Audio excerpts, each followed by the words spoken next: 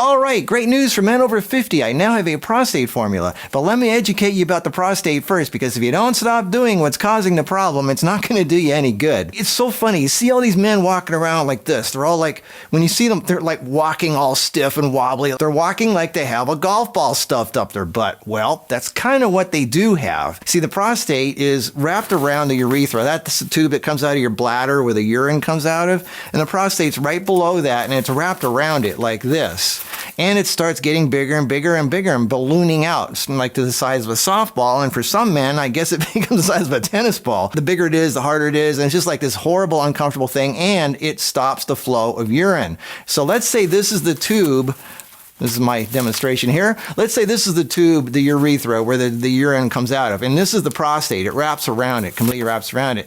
You know when you go to get your blood pressure checked, it suffocates your arm so much, it feels like your arm's going to pop off. So let's enlarge this prostate here. Let's have it balloon out. See, it's getting bigger and bigger and bigger. Look what it's doing. Look at that. It's crushing the urethra. Look at that. You see the tube there? Look at that. Oh, that poor bladder tube. It is all crushed up. This is your prostate. It is like, it gets so hard because it's bigger. I mean, it's kind of a soft tissue thing, but then when it blows up, it gets kind of like hard. And look what it does. It's very little urine can get through there. So that's very common for men at that age. And for most men, the urethra is already kind of inflamed because of all the beer and the meat and all the inflammatory chemicals and stuff that they have in their diet is already causing inflammation. And then you add on top of that the prostate, which is all swelled up and everything. You got to stop doing what's causing the problem. It's almost like trying to clean up a mess, but the mess keeps being created. So what are the things that aggravate the prostate and make it swell up? And those are the things you have to stop. The first thing is dairy. You know, butter, cheese, milk, yogurt, cream, that white creamy salad dressing you like to slather on everything. Well, dairy is made by cows or an animal that produces milk, and that milk is made for what? It's made to make a little thing grow, right? Little baby animals grow to big animals, especially if it's a cow. It grows to be a 2,000-pound animal. It's got growth hormones that a human is never supposed to get in contact with. But anyway, it makes things grow. It's very anabolic. And if you take something that makes things grow, it's going to make things grow. That's why bodybuilders eat meat and dairy and stuff like that, because it makes them grow, but it also makes other things grow, like prostate and cancer. So prostate enlargement comes from anabolic hormone substances like estrogen and insulin, and certain foods stimulate these hormones. Dairy being one of the biggest ones. You got to cut down or stop the dairy. I mean, there are so many replacements for dairy nowadays. The second thing is vegetable oil. Common cooking oils are found in almost everything. Look at the ingredients in everything you have in your kitchen, crackers, your salad dressings, whatever it is you have. I guarantee you it's got soy oil or corn oil or canola or safflower or cottonseed or palm or grapeseed or anything like that. And this stuff is in everything. It's in fast foods, deep fried foods, processed foods, salad dressing. These are high in omega-6, which are highly inflammatory, and they weaken the liver. The liver's job is to balance hormones. Well, if the liver's weakened, it doesn't balance hormones as well, and then estrogen and insulin start rising up, and that leads to prostate enlargement. The third thing is sugar. And anything that turns into sugar in the body, and I'm talking about like glucose, like flour, anything made with flour, bread, crackers, cookies, cereal, not cereal you eat in the morning, starch, refined grains, soda, even fruit juice, which is highly concentrated sugar, of course, bread, cereal, stuff like that, all turns quickly into glucose in the body, which causes the pancreas to release insulin, which is a growth hormone, which enlarges the prostate, and high levels of sugar cause the kidneys to want to urinate often. But if your urine can't get out of your body, it backs up. And what is urine? Urine is what your body's trying to get rid of. It's got all these substances from your beer and your meat and your chemicals and your fried foods and all the crap, high omega-6 things, and your oxalates and things like that. And all this stuff is trying to get out of your body, and it's backed up and it can't get up. So guess what? Now you have inflammation even more. And the more you back up toxins in your body, what happens? Well, not only do you get sick, but you can end up getting cancer and stuff like that. It's just not good.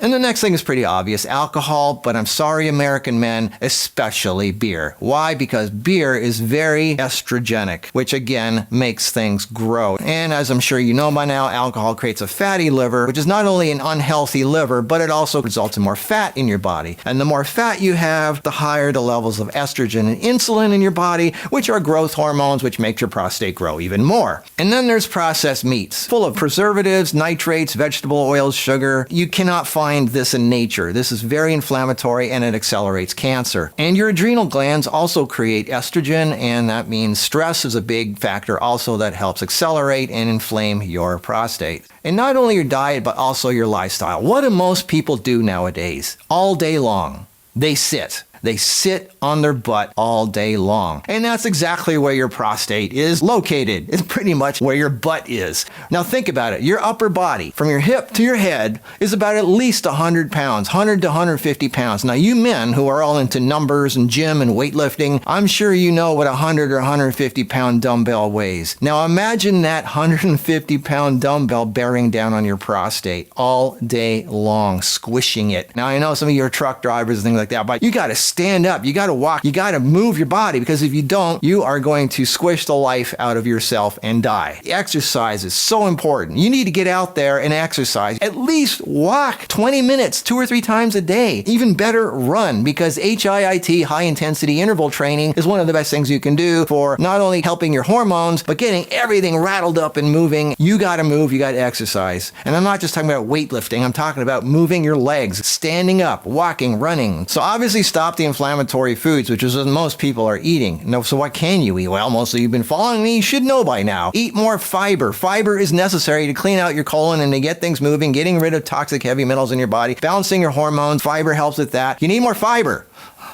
Eat more greens. You need green stuff. And I'm not talking about just, these people that go, oh, I eat plant foods, and all they have is sweet fruits all the time. I mean, you need greens. You need greens. You need a lot of fiber, especially cruciferous. Cruciferous is really good for the prostate. Stuff like cauliflower, cabbage, Brussels sprouts, kale, arugula, radish, stuff like that. Cruciferous is really good for the prostate. It's really good for everything. It's good for fighting cancer and stuff like that. Cruciferous is a powerful food medicine. Speaking of food, people eat too much, and they eat all day long. Stop eating right after dinner, like around 7 o'clock or like that. No later than 8 o'clock at the latest. When you stop eating, your body can start normalizing its hormones. So when your hormones get normalized and your insulin levels go down, you don't have to get up to pee 4 times a night, which screws up your sleep. And also, don't eat all day long. Intermittent fasting, only eat 4 hours a day. So don't eat for 20 hours and only eat for 4 hours.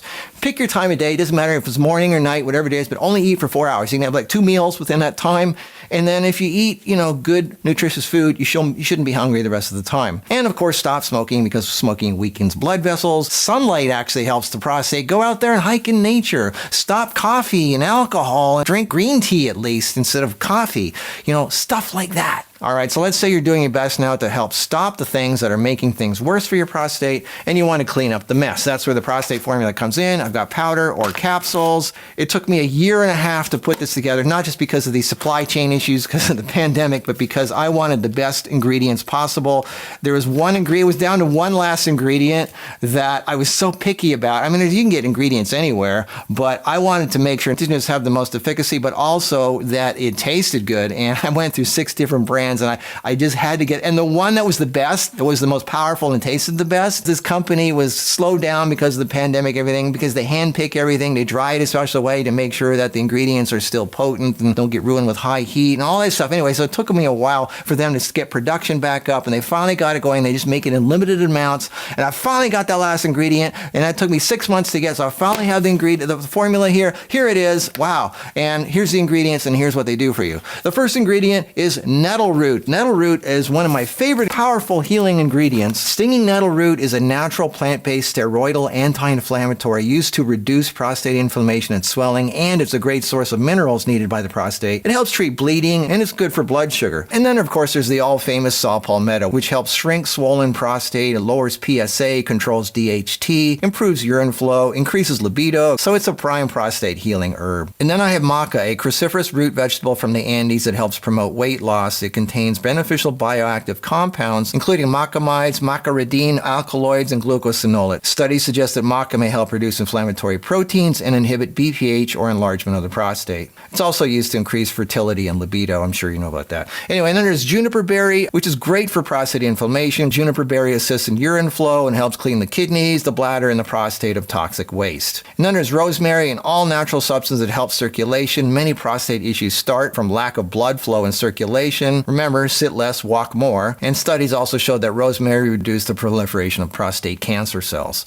Pumpkin seed, very good for any prostate gland. This is one of the most famous things for prostate. The seeds are abundantly rich in minerals and unsaturated fatty acids, which are very essential for the proper functioning of the prostate. This is one of the best BPH fighting foods. Then I have licorice root, a great adaptogenic, plant-based, natural steroidal anti-inflammatory phytoestrogen used to reduce prostate inflammation. It controls DHT and feeds probiotics. And lastly, I have kelp from northern Canada. Seaweed is one of the most mineral-rich foods on the planet. It helps reduce estrogen and raises the body's antioxidant defense system to fight free radicals. And studies indicate a compound found in kelp called fucoidan may help prevent the spread of prostate cancer. So that's the ingredients in here. It's pretty basic. There's no filler. There's no preservatives, no anything. It's just raw herbs. That's all it is. And the interesting thing about this, and one of the things I'm most happy and excited about, is this actually tastes pretty good. Like, you don't have to do the capsule. You can just take like the raw powder, put it in water and drink it. It tastes pretty darn good. This is one of the best tasting raw plant herbal formulas that I have. I'm pretty excited about that. Again, this isn't going to do much if you keep doing what causes the problem.